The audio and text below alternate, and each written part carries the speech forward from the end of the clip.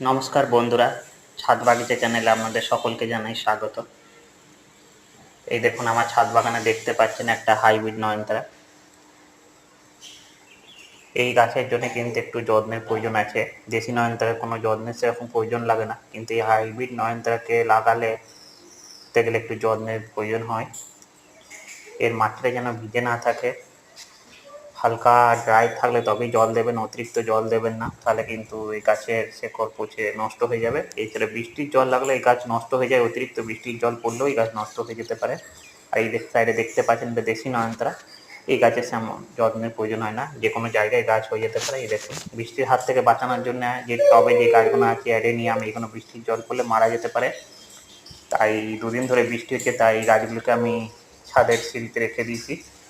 দেখতেই পাচ্ছেন অ্যাডেনিয়াম গাছ, খুব সুন্দর কালার।